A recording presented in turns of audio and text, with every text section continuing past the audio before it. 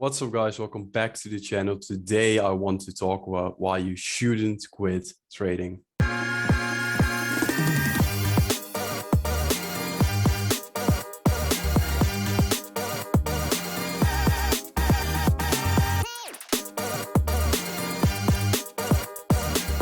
All right, so today I want to talk about why you shouldn't quit trading. And of course, there are many reasons you shouldn't quit because it's a nice job and those type of things. But I really want to dive a bit more into details. And even if you have been losing money for a while, I really want to explain why you shouldn't quit, or maybe in some case why you should quit. But first of all, let's be clear, the markets are doing well. On the screen, you can see the volatility index for Forex. And as you can see, last year, 2020, 2021, you can see volatility was just very, very low. But if we take a look at this year, look at that increase in volatility, and we are still pretty high compared to what we've seen during 2020, 2021. And here we also had periods of very low volatility during 2019. Now we have way more volatility, which often makes it a better trading environment. So for me, the markets have been great. I do need volatility because I do trade breakouts. And I noticed that during periods of low volatility, when I enter on a breakout, more often than not, there isn't really a follow through. So for example, this is my setup. I wait for the false break of the lows, and then I enter at a real breakout to the highs. If there is higher volatility, I've noticed that I don't get as much chop. I usually get a continuation very quickly. But during periods of low volatility, markets just sit at my entry and they're just waiting there and waiting. And for me, it's not a problem. I do have a lot of patience, but I do notice that if there is more volatility, my performance does increase. So the markets are just great, in my opinion. I've seen a lot of people doing better now because there is more volatility. So that's just a great thing. And that's just one reason why you shouldn't quit trading. Now, before I go into the other things I want to discuss today, is that if you should quit or if you shouldn't quit, it's at the end of the day, it's up to you. Before you start or even before you quit, you really should know why you are playing this game. Is it because you like the game? Is it because you want a certain lifestyle? Is it because you want more financial freedom? Think about this, because your motives for playing the game, for trading, are really, really important, especially when you suck, or at least when you've been losing for quite some time and you're still not consistently profitable. Doesn't mean you have to suck, but you get the point. Then it's really difficult to stick through it and to follow the plan and to keep improving every day, even though you're losing money. And that's when you have a great motivation to do that, that's when you get the results. But if your motivation isn't good enough, if it's just, I want to make more money, trading looks nice, I want a big car, that usually is not enough motivation to get you through these shit periods. So that's something to think about. Now, if you're losing money as a trader, there's no shame in that. I was losing money for years with trading. It took me 3.5 years, well over 3.5 years, to become profitable. And that's just normal. You will be losing money for years before you get any success. But how to get to the success stage, how to stick to it, not quit, and become better. First of all, you need a feedback loop. And a feedback loop is a way to learn from your trades. Because if you're taking a trade, you're risking money. And if it loses, then make damn sure that you learn from the loss. So track the entry data, the exit data, the stop loss, the targets, print screens, type of day, everything. Try to get as much information as possible from your losing trade.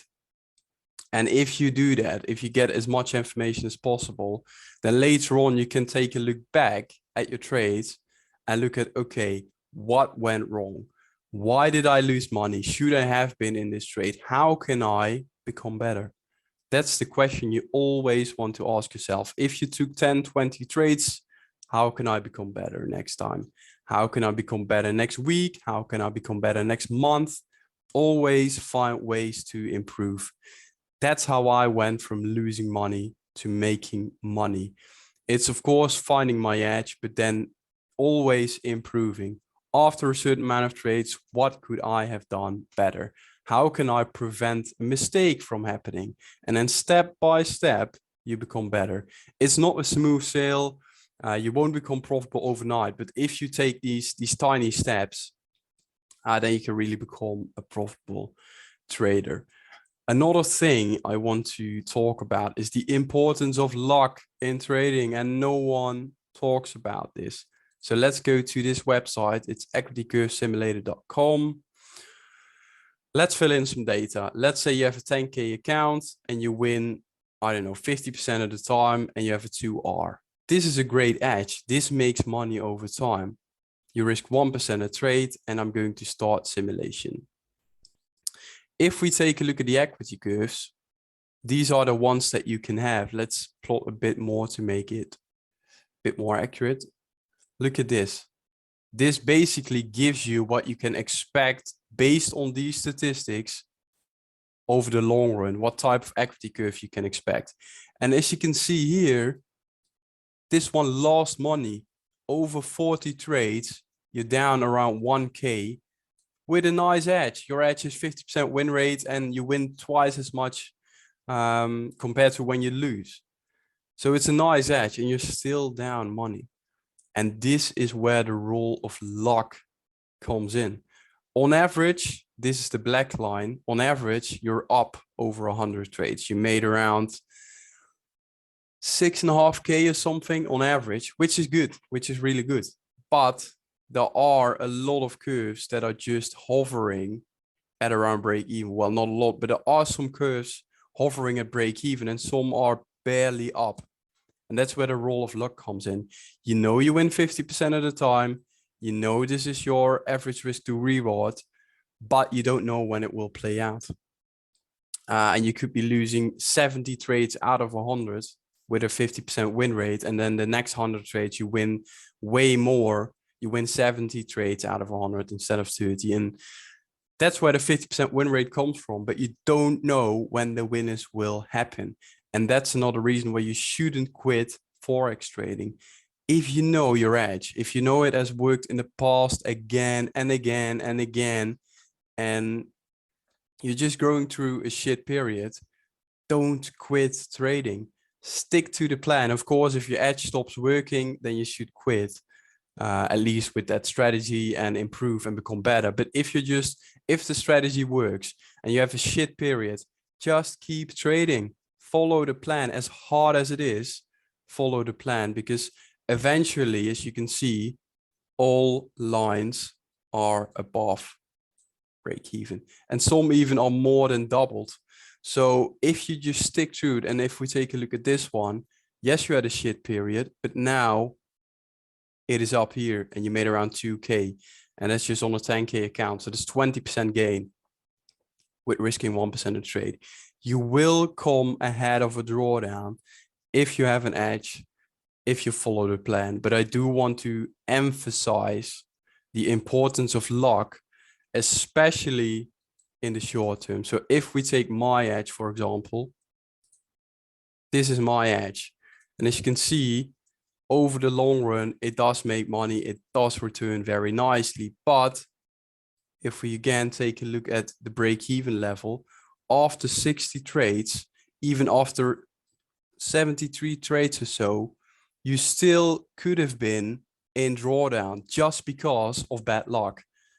And that's really, really important to realize. You're playing a numbers game, but you don't know when the numbers fall in your favor. This is the average I can expect, which is about accurate of what I'm getting right now.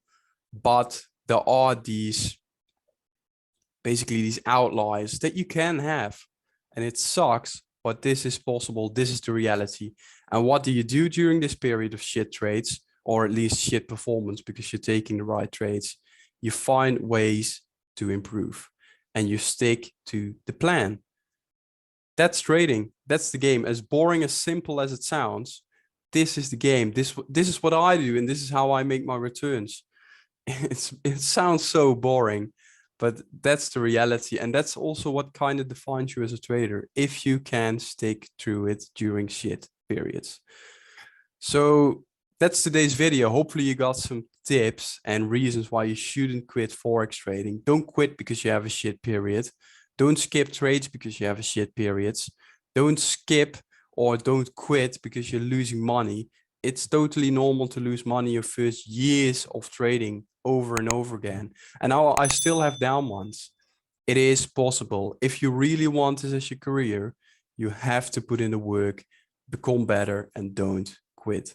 Thanks for watching, guys. If you like this video, leave a comment, subscribe, like the video, and then I'll see you in the next video. Cheers.